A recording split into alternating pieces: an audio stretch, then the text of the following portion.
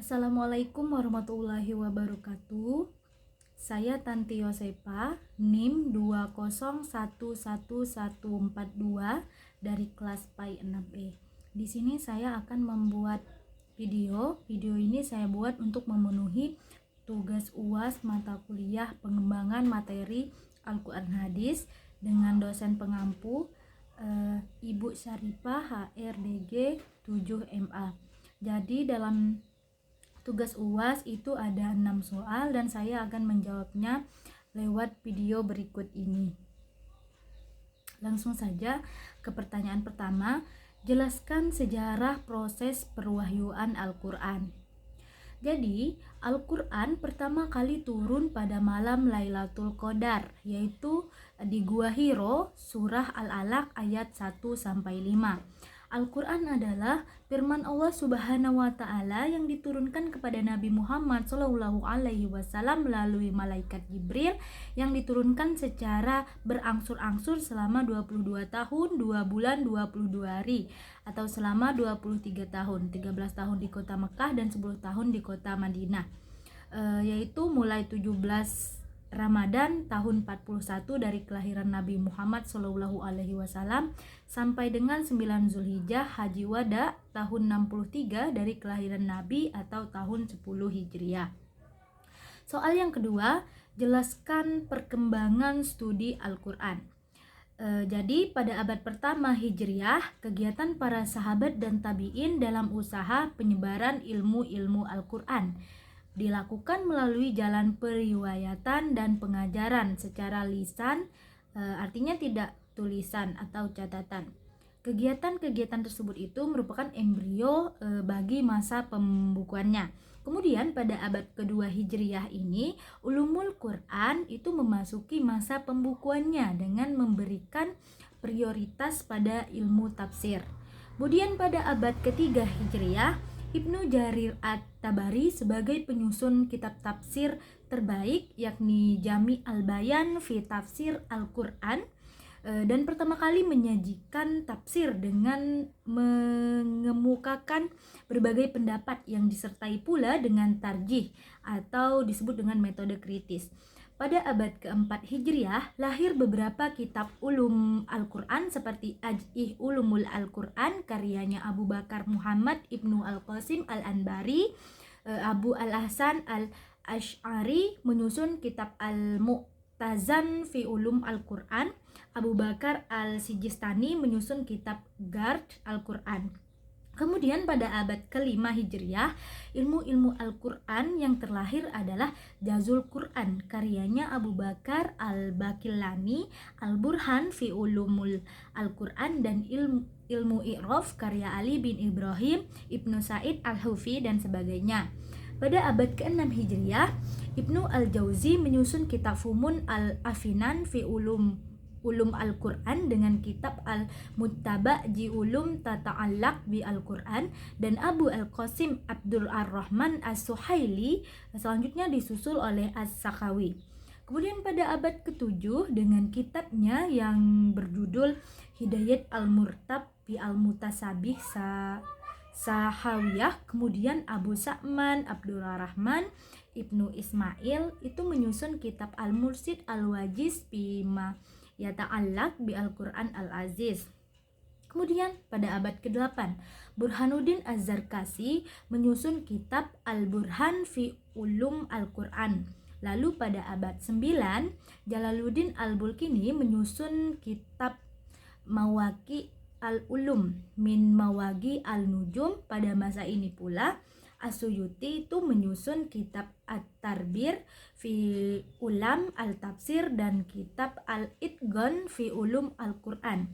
Karya As-Suyuti ini kemudian dipakai sebagai pedoman para ulama dan banyak ulama yang merasa puas dengan kitab ini.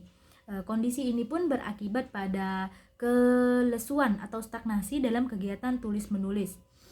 Ulum Al-Quran pada abad berikutnya mengalami masa stagnasi yang berlangsung dari abad 10 hingga akhir abad 13. Kemudian pada abad ke-13 sampai 14 Hijriah, ilmu-ilmu Al-Quran yang terkenal adalah tafsir Al-Manar karyanya Muhammad Abduh. Ia merupakan tafsir pertama yang menggunakan metode adah al-ijtima atau dikenal dengan sosiokultural. Pertanyaan yang ketiga, jelaskan pokok-pokok ulumul Quran.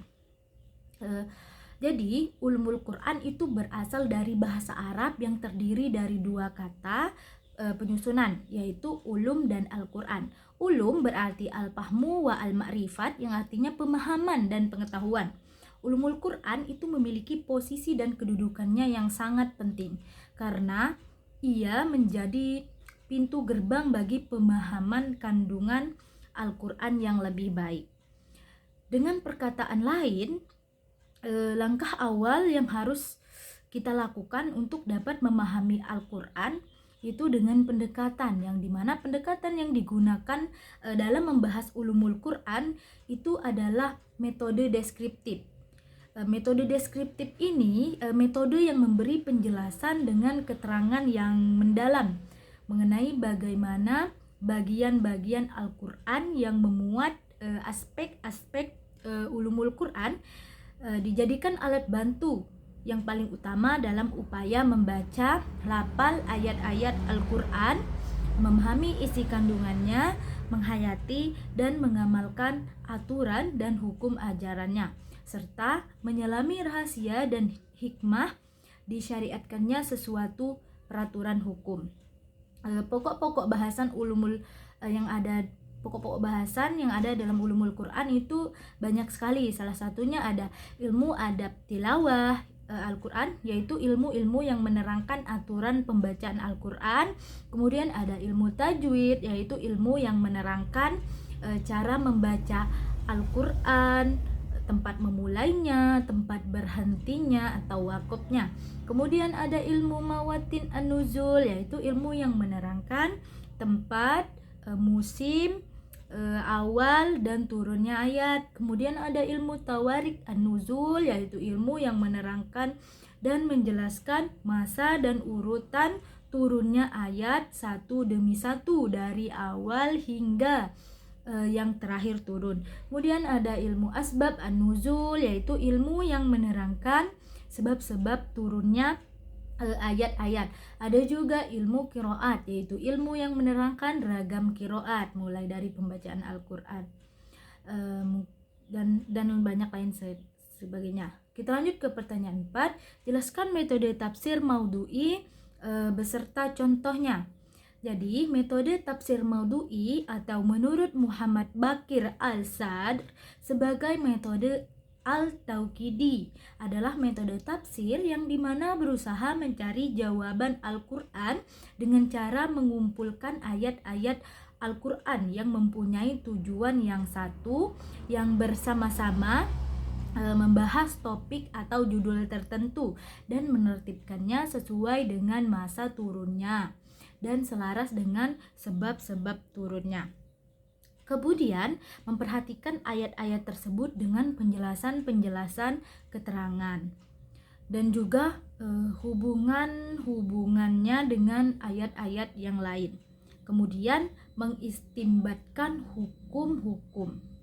Dari pengertian yang saya jelaskan bisa kita pahami bahwasannya yang dimaksud dengan metode tafsir jenis ini adalah tafsir yang menjelaskan beberapa ayat Al-Quran mengenai suatu judul atau tema tertentu dengan memperhatikan urutan tertib turunnya masing-masing sesuai dengan sebab-sebab turunnya yang dijelaskan dengan berbagai macam keterangan dari segala seginya diperbandingkan dengan keterangan berbagai ilmu pengetahuan yang benar yang membahas topik atau tema yang sama, sehingga lebih mempermudah dan memperjelas masalah. Karena Al-Quran banyak mengandung berbagai macam tema pembahasan yang perlu kita bahas secara maudhu'i atau supaya pembahasannya bisa lebih tuntas dan lebih sempurna. Adapun contoh tafsir maudhu'i itu seperti penyelesaian kasus riba yang dilakukan oleh Ali Al-Sabuni dalam tafsir ayat ahkam yang secara hierarki itu menentukan urutan ayat. Terdapat dalam Quran surat Ar-Rum ayat 39 yang menjelaskan tentang kebencian Allah kepada riba walaupun belum diharamkan, yang dimana artinya dan sesuatu riba atau tambahan yang kamu berikan agar dia bertambah pada harta manusia, maka riba itu tidak menambah pada sisi Allah. Quran surat Ar-Rum ayat 39. Pertanyaan yang kelima, jelaskan perkembangan hadis setiap periode. Jadi perkembangan hadis itu ada 7 periode. Periode pertama yaitu As'aru Wahyi wa Al-Tadwin, masa turunnya wahyu dan pembentukan hukum serta dasar-dasarnya. Kemudian periode kedua yaitu As-Sabut wa Al-Iqbal min Al-Riwayah, artinya dalam periode ini itu membatasi hadis dan menyedikit riwayat. Periode ketiga itu zaman inti sayar al-riwayah ila al-amsar, periode penyebaran riwayat ke kota-kota. Periode yang keempat yaitu al-ashar al-kitabah wa al-tadwin, di mana periode penulisan dan kodifikasi resmi. Periode kelima yaitu al-ashral al-tajrid wa al-tashih wa al-tankih, di mana periode pemurnian, penyihatan dan penyempurnaan. Kemudian yang keenam adalah periode asyar al-tahzib wa al-tartib wa al-istidra wal al-jami, periode itu periode pemeliharaan, penertiban, penambahan dan penghimpunan. Periode ketujuh ahad al-syar wa al-jamu wa al-tahrik, periode pensyarahan, penghimpunan, pentahrikan dan juga pembahasan. Pertanyaan yang keenam, jelaskan yang kamu ketahui tentang kajian sanad. Jadi sanad itu berasal dari bahasa Arab, artinya itu adalah penyandaran sesuatu pada sesuatu yang lain. Sedangkan al-sanad itu bisa berarti bagian depan atau bawah gunung atau kaki gunung, karena dialah penyangganya. Adapun kata isnad itu dalam hadis berarti kita bersandar kepada para periwayat untuk mengetahui pernyataan Nabi Shallallahu Alaihi Wasallam. Ada juga istilah lain yang terkait erat dengan sanad yang perlu untuk kita pahami, yaitu ada isnad, musnid, dan musnad. Ketiga istilah tersebut berasal dari kata sanad. Kata isnad adalah bentuk masdar dari kata asnada yang menurut arti bahasanya adalah menyandarkan sesuatu kepada yang lain. Sedangkan kata musnid dalam isim fa'il dari sanada yang secara bahasa berarti orang yang menyandarkan. Adapun kata musnad adalah isim maf'ul yang terbentuk dari kata sanada yang mempunyai arti secara lughawi sesuatu yang dinisbatkan atau disandarkan. Mungkin hanya itu yang bisa saya sampaikan mengenai jawaban saya dari pertanyaan UAS Ibu. Saya tutup. Saya ucapkan terima kasih. Wabillahi taufik wal hidayah. Wassalamualaikum warahmatullahi wabarakatuh.